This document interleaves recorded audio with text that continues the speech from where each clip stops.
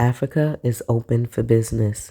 As the dots continue to connect across the globe, let the truth be told. It is amazing to be alive, to witness the events that are taking place right here, to be a part of that positive change, to have the support from queens like Stacy and Cherie and so many others, the people that tirelessly put in that work. But this is about from the Republic of India, the Guinness Book of World Records, the youngest keynote speaker to address the World Expo. Give it up. Please watch to the end. You don't want to miss this. To Kiara Kaur, public speaker from the Republic of India.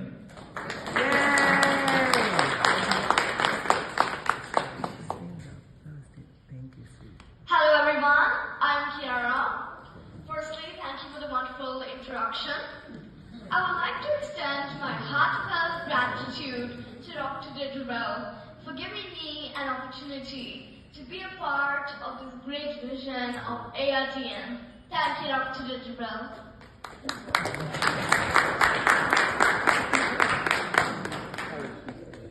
Many people, when walk around the city, they see posters of sustainability, fight climate change, go green, and so on.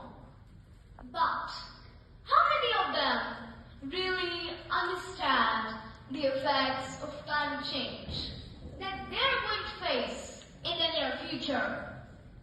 How many of them have a conversation about climate change with their families every day and involving them, or even becoming a role model for the kids to follow their footsteps towards saving the planet?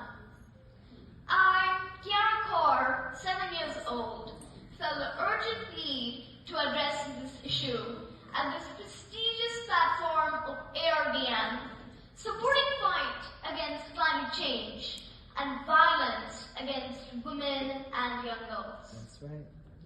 Climate change is taking victims from our beautiful earth every day, tipping towards catastrophe.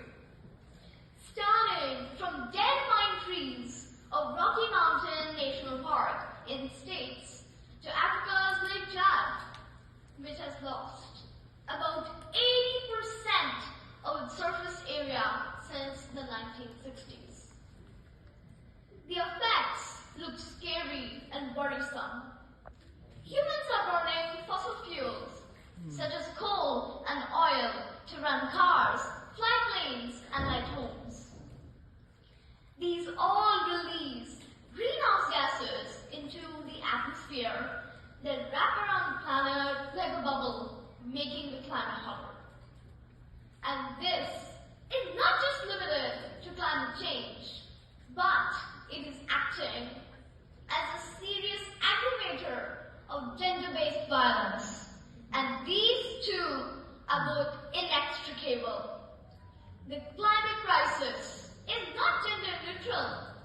Women and young girls experience greater effects of climate change, which amplifies existing gender inequalities and poses unique threats to their livelihoods, health, and safety.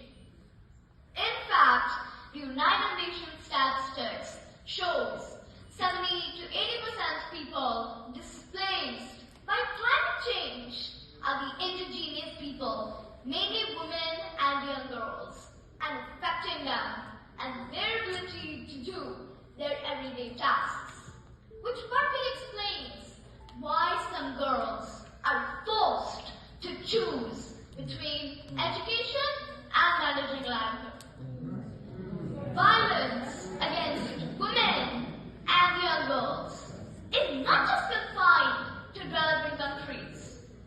Researchers have shown that even in developed countries, the natural disasters such as wildfires, floods, and droughts increase the risk of violence against women and young girls. Climate change. The world needs greater involvement of women and young girls in policy making tackling climate action. We need to focus on how to deliver sustainability goals by amplifying the potential of indigenous people, mainly women and young girls, and empowering them by value-based education and supporting them in business or employment, and not to marginalize them in fight against climate change. That's right. Let's make it bold and loud for every citizen of this planet. Yes. Men, women, Yes. and also the children. Amen. Let's come together and use our voices to transform the world for a sustainable and safe future